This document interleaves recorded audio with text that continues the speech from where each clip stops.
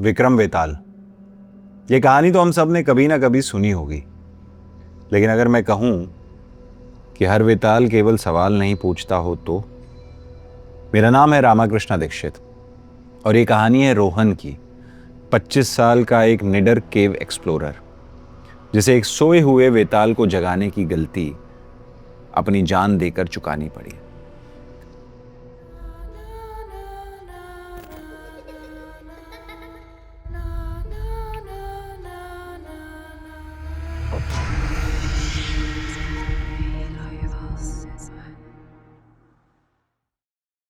साल 2010, मेघालय।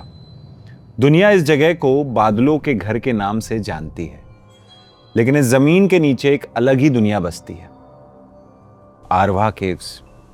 कहते हैं यहां के जोन सी में आज भी ऐसे जीव कैद हैं जो इंसानी समझ से परे हैं। रोहन ने अपने गियर चेक किए, टॉर्च, हेडलैम्प, कैमरा सब रेडी था। एक गहरी सांस लेकर वो जोन ए की आम दुनिया छोड़कर जोन सी के गहरे अंधेरे की तरफ बढ़ गया। ऊपर छत से लटकते नोकीले पत्थर ऐसे लग रहे थे जैसे हजारों हाथियों को हवा में लटका रखा हो। जमीन से उभरे पत्थर ऐसे दिख रहे थे कि मानो भगवान शिव की जटाएं पत्थर से बाहर आ रही हूं।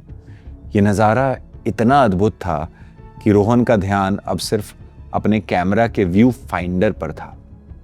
उसकी आंखें कैमरा पर थी, इसलिए वो उस वार्निंग बोर्ड को नहीं देख पाया जिस पर लिखा था restricted area, do not enter beyond this point.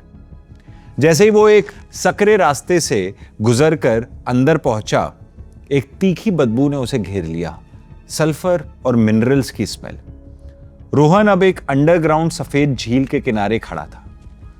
वो अपनी इस खोज पर खुश हो ही रहा था कि तभी पत्थरों के रगड़ने जैसी भारी गुरगुराहट, लो फ्रीक्वेंसी ग्रोल, एक आवाज गूंजी। रोहन ने घबराकर टॉर्च घुमाई। जमीन मिनरल्स की वजह से चिकनी थी। तभी पानी में कुछ हिला। रोहन डरते हुए पीछे हटा और उसका पैर फिसला और फिसलता हुआ एक पतली सी गुफा के मुंह में जा गिरा। उसका दिमाग सुन्न पड़ गया था। जब वो लड़खड़ा कर खड़ा हुआ तो उसने नोटिस किया कि सल्फर की स्मेल गायब थी। वहां अब सिर्फ सड़ी हुई लाश की बदबू थी। उसने तेजी से अपना हेडलैम्प ऑन करने की कोशिश की, पर वो ऑन नहीं हुआ। घबराहट में उसने इमरजेंसी टॉर्च निकाली और सामने का नजारा देखकर उसके शरीर में सिरहन दौड़ गई। दीवार के अंदर कुछ धंसा हुआ था, एक बड़ा सा आकार का शरीर, आधा कंकाल और आधा सड़ा हुआ मांस। वो दीवार में चिपका हुआ था जैसे सदियों से वहीं कैद हो। रोहन का पहला रिएक्शन था कि यहां से निकल जाना चाहिए। वो मुड़ा, पर फिर रुक गया। उसके मन में एक ख्याल आया, अगर मैंने इसकी फोटो ले ली तो ये खोज मेरे नाम होगी, मैं फेमस हो जाऊंगा। डर पर लालच हावी हो गया। उसने कैमरा उठाया और क्लिक।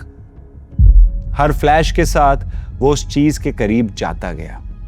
अब वो चेहरा साफ दिख रहा था, 2 बड़े दांत, आंखें बड़ी बड़ी और बिना पलकों की, कान पीछे की तरफ खिंचे हुए। ये कोई फॉसिल नहीं लग रहा था, ये था ताजा। क्यूरियोसिटी में रोहन ने अपना हाथ दबाया और उसके माथे को छुआ। जैसे ही रोहन का हाथ उस चीज को टच हुआ, वो चीज दीवार में हल्की सी हिली। वहां एक करंट सा फैला और रोहन झटके से पीछे गिरा। उसका दिल ढोल की तरह बज रहा था। ये जिंदा था, ये पत्थर नहीं था। और तभी फ्लिकर, उसका खराब हेडलैम्प अपने आप ऑन हो गया। रोहन ने डरते डरते वापस से उस दीवार की तरफ देखा और उसकी सांसें अटक गई। दीवार खाली थी। जिस चीज को वो इतनी देर से देख रहा था एक पल में गायब थी। रोहन समझ गया था कि उसने किसी पुरातन शैतान को जगा दिया है। वो पलटा और बाहर की तरफ भागा, पर अब उसे महसूस हो रहा था कि उस अंधेरे में वो अकेला नहीं था। उसके पेरिफेरल विजन में कुछ रेंगता हुआ दिख रहा था, छत पर, दीवारों पर। और तभी वही आवाज फिर गूंजी। इस बार दूर से नहीं, बिल्कुल उसके पीछे से। रोहन पूरी ताकत से रोशनी की तरफ भागा। रास्ता सकरा था और फिसलन भरा, लेकिन उसके पीछे वो आवाज रुक नहीं रही थी। Kit kit kit kit kit kit kit. ये आवाज कभी छत से आ रही थी, कभी उसके बिल्कुल कान के पास, और तभी अचानक एक ठंडा नुकीला पंजा अंधेरे से निकला और रोहन के टखने को छू कर गया।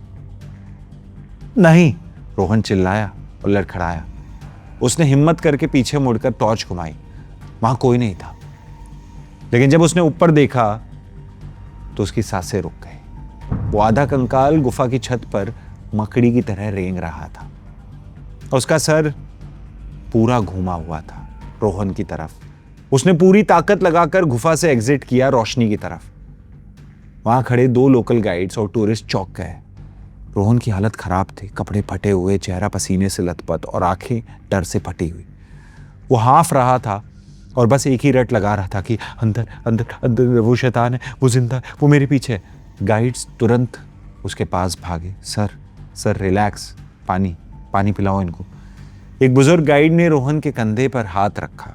शांत हो जाइए सर, कोई नहीं है वहां। रोहन झटके से दूर हटा। तो समझ नहीं आ रहा, मैंने देखा है उसे, वो दीवार से निकला, वो छत पर था। गाइड ने एक समझदारी भरी मुस्कान के साथ उससे कहा, सर, जोन सी में सल्फर गैस का लीकेज होता है अंधेरे में, और गैस की वजह से दिमाग अजीब चीजें दिखाता है, हेल्यूसिनेशंस होते हैं। रोहन चिल्लाया, वो हेल्यूसिनेशन नहीं था, वो मेरे पीछे भाग रहा था। फिर दूसरा गाइड बोला, हम 10 साल से यहां आ रहे हैं। यहां अक्सर लोगों को परछाइयां दिखती हैं। यहां पुराने फॉसिल्स हैं जानवरों के, वही देख लिए होंगे आपने। रोहन का दिमाग सुन्न था, वो रुकने की हालत में नहीं था। उसने झटके से गाइड्स को धक्का दिया और अपना कैमरा उनके चेहरे के सामने कर दिया। उसके हाथ इतने कांप रहे थे कि कैमरा गिरते गिरते बचा। तुम्हें यकीन नहीं होता ना, देखो, खुद देख लो। रोहन ने बिना गैलरी चेक किए स्क्रीन उनकी तरफ घुमा दी। उसकी सांसें फूल रही थी और बार बार वो डरावनी गुफा के मुंह की तरफ देख रहा था कि कहीं वो चीज बाहर ना आ जाए। लेकिन गाइड्स के चेहरे पर कोई डर नहीं था, वो बस कंफ्यूज लग रहे थे। गाइड ने ध्यान से स्क्रीन देखी और बोला, सर इसमें तो कुछ नहीं है, ये बस दीवार है और कुछ धुंधले पत्थर हैं। आप डर गए हैं इसलिए पत्थर में शक्ल ढूंढ रहे हैं। रोहन का दिमाग घूम गया, क्या बकवास कर रहे हो? उसने कैमरा अपनी आंखों के पास किया। उसकी माथे की रूगें तनाव में थी। रोहन को फोटो में वो साफ दिख रहा था, वो लाल आंखें, वो मुस्कुराता हुआ कंकाल। वो अभी भी फोटो में रोहन को घूर रहा था, लेकिन बाकी सबके लिए वो बस एक पत्थर था। रोहन ने गाइड्स की तरफ देखा, उनकी आंखों में डर नहीं था। गाइड ने आराम से बोला, घर जाइए सर, रिलैक्स कीजिए। रोहन समझ गया कि ये लोग यकीन नहीं करेंगे, या तो वो पागल हो चुका है या फिर ये चीज सिर्फ उसके लिए है। बिना कुछ बोले उसने अपना बैग उठाया। उसके दिमाग में बस एक ही धुन थी, घर जाना है और सिस्टम पर चेक करना है, बड़ी स्क्रीन पर सब साफ दिखेगा। देखिए, इंसान सोचता है कि जगह छोड़ने से मुसीबत छूट जाती है। रोहन मेघालय से गोवा आ गया, हजारों किलोमीटर दूर, लेकिन उसे नहीं पता था कि किसी वेताल को दरवाजों की जरूरत नहीं होती। वो किसी मेमोरी कार्ड के जरिए भी घर में घुस जाते हैं। शाम हो चुकी थी। रोहन अब अपने गोवा वाले फ्लैट में था। बिना वक्त गवाए उसने कैमरा लैपटॉप से कनेक्ट किया। उसे खुद को साबित करना था कि वो पागल नहीं है। स्क्रीन पर अरवा केव का जोन सी खुला। रोहन की उंगलियां माउस पर जम गई। गाइड्स गलत थे, फोटो ब्लर नहीं थी, वो कंकाल वहां था, लेकिन गुफा में वो कंकाल दूर था। लैपटॉप की स्क्रीन पर वो फ्रेम के सेंटर में था, जैसे फोटो खींचने के बाद वो चलकर लेंस के पास आ गया हो। रोहन ने जूम किया। कंकाल की आंखें खुली थी, लाल गीली पुतलियां जो स्क्रीन के पिक्सल से भी ज्यादा रियल लग रही थी। लैपटॉप स्क्रीन पर अचानक उस कंकाल ने अपना चेहरा कैमरा लेंस के बिल्कुल पास कर दिया, इतना पास कि रोहन को स्क्रीन पर उसकी सांस सुनाई देने लगी। और तभी थप, एक ठंडी चिपचिपी बूंद रोहन के हाथ पर गिरी। रोहन ने चौंक कर ऊपर छत की तरफ देखा। छत सूखी थी, पर जब उसने अपने हाथ पर गिरी उस बूंद को करीब से देखा तो अगले ही पल उसके कान के ठीक पीछे किसी ने गीली ठंडी सांस छोड़ी है, जैसे कोई उसकी कुर्सी पर उसके साथ ही बैठा हो। वो एकदम पलटा, वहां कोई नहीं था। उसने लैपटॉप बंद करने की कोशिश की, सिस्टम हैंग। स्क्रीन पर वो चेहरा धीरे धीरे बड़ा होता गया। उसके होठों पर एक शैतानी मुस्कुराहट थी। और तभी एक electric spark, boom, power cut. वहां बिल्कुल केव जैसा अंधेरा था। रोहन अपनी कुर्सी पर जम गया। उसके बिल्कुल पीछे वही आवाज आनी शुरू हो गई थी, किटकिट, दांत किटकिटाने की आवाज। रोहन ने धीरे से मोबाइल की टॉर्च ऑन करी। सामने लैपटॉप स्क्रीन हल्की सी ग्लो कर रही थी। फोटो अभी भी खुली थी, पर अब उसमें वो कंकाल नहीं था, फ्रेम खाली था।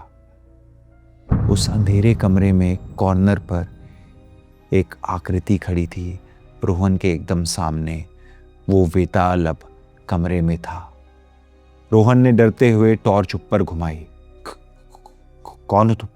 वो वेताल धीरे धीरे रोहन की तरफ बढ़ रहा था।